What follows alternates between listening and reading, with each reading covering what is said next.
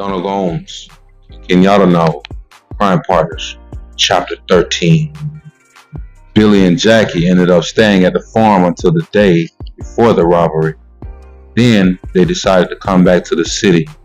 Billy had made one trip in earlier that week to take Joy over to her mother's house, where he had met her parents and played with her young child. The little boy was only 4 years old, but he had taken to the big man right off. The people on the farm who weren't working that day gathered in the driveway and waved goodbye to the group as they left. Billy was taking Joy back to his place. They had decided to try living together. After the holdup, Billy planned on taking a trip to New York.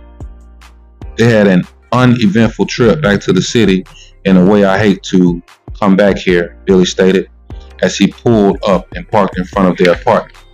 "Yeah, I know what you mean," Jackie replied as he waited impatiently for Joy to get out. His long legs were cramped from the small space in the rear of the car. "After this, Billy, we're going to have to start renting larger cars." Having never been over to the apartment, Joy didn't know which way to go, so she just stood on the sidewalk and waited for Billy to come around the car.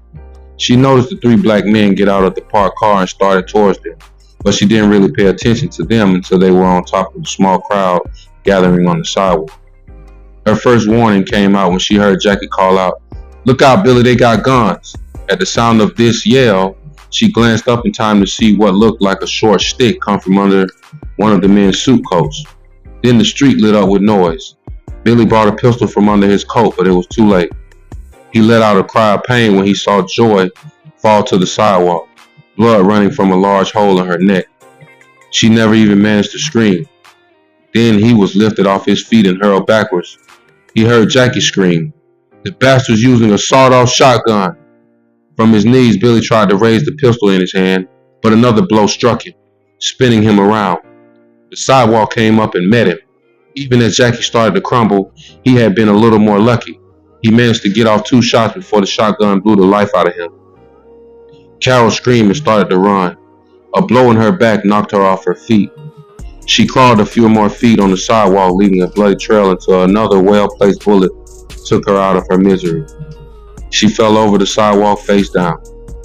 The people glancing out of their windows saw a rare sight, even for a ghetto. 2 black men and 2 black women dead on the sidewalk. Even as they watched, a black Cadillac with 3 men in it pulled away from the curb. Their job had been well done. The big man could sleep nights again. Maybe.